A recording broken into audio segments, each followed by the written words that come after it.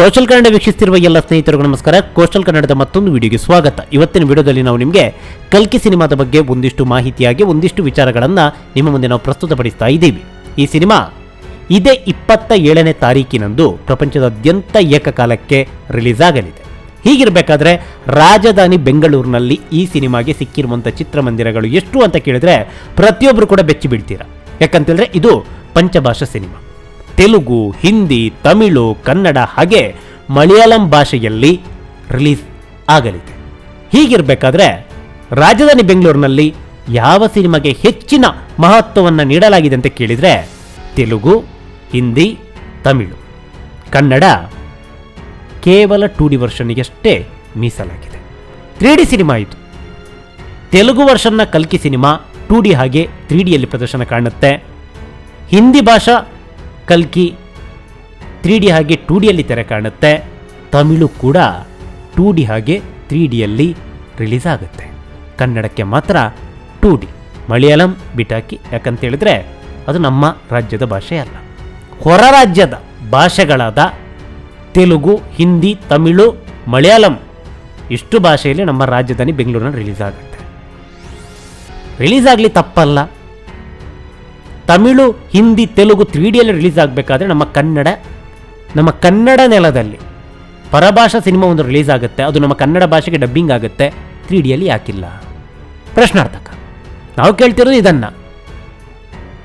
ತೆಲುಗು ನೋಡೋಣ. ತೆಲುಗು 2D ವರ್ಷನ್ನ ಕಲ್ಕಿ ನೋಡಿ, ಎಷ್ಟೊಂದು ಚಿತ್ರಮಂದಿರಗಳು ಆಲ್ಮೋಸ್ಟ್ ಫುಲ್ ಆಗಿದೆ.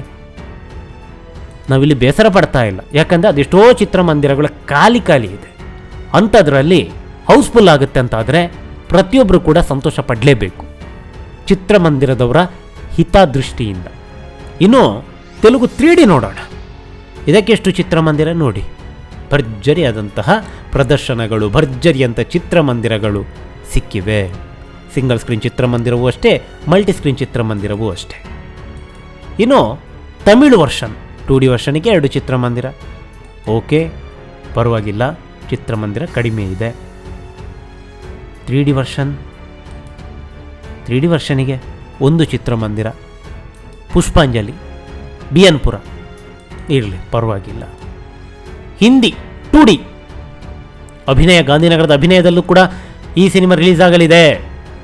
ಹಿಂದಿ ವರ್ಷನ್ನ ಕಲ್ಕಿ ಸಿನಿಮಾ ಜೊತೆಗೆ MG ರೋಡಿನ ಸ್ವಾಗ ಶಂಕರನಾಗ್ ಚಿತ್ರಮಂದಿರ 2 ಪ್ರದರ್ಶನ. ಇನ್ನು ಹಿಂದಿ 3D ನೋಡೋಣ. 3 ಚಿತ್ರಮಂದಿರ. ಪ್ರಸನ್ನದಲ್ಲಿ ರಾತ್ರಿ 10:30ಕ್ಕೆ ಹಿಂದಿ ವರ್ಷನ್ನ ಕಲ್ಕಿ ಸಿನಿಮಾ 3D ಅವತರಣಿಕೆಯಲ್ಲಿ ಪ್ರದರ್ಶನ ಕಾಣುತ್ತೆ. ಇನ್ನು ವೈಷ್ಣವಿ ವೈಭವಿ ಉತ್ತರಹಳ್ಳಿಯಲ್ಲಿ ಇದೆ. ಓಕೆ, ಪರವಾಗಿಲ್ಲ. ಮಲಯಾಳಂ 1 ಚಿತ್ರಮಂದಿರ, ವಿ ಸಿನಿಮಾಸ್, TC ಪಾಳ್ಯ. ಹೊಸ ಚಿತ್ರಮಂದಿರ ಆಯಿತು. ನಮ್ಮ ಕನ್ನಡ ಕೇವಲ 2Dಯಲ್ಲಷ್ಟೇ ಪ್ರದರ್ಶನ. ಚಿತ್ರಮಂದಿರಗಳು ನೋಡಿ ಸ್ವಾಮಿ, ಏನಿದು? ಯಾವುದೋ 3, ಒಂದು ಭಾರತಿ ಸಿಂಗಲ್ ಸ್ಕ್ರೀನ್ ಚಿತ್ರಮಂದಿರ ಪಿಣ್ಯದಲ್ಲಿದೆ, 12:45 ಪ್ರದರ್ಶನ.